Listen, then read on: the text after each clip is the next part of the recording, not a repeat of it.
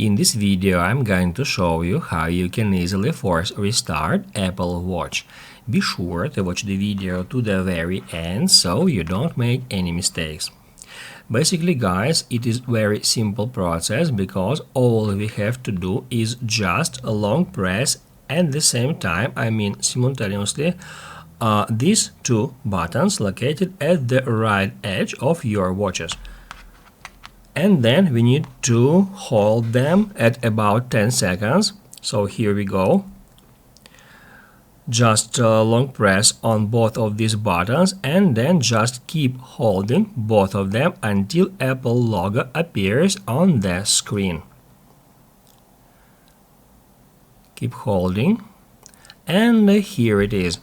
Now my Apple Watch is being reloaded, and then we just need to wait until it's done. Basically, guys, that's it. So if this video was helpful for you, don't forget to hit the like button.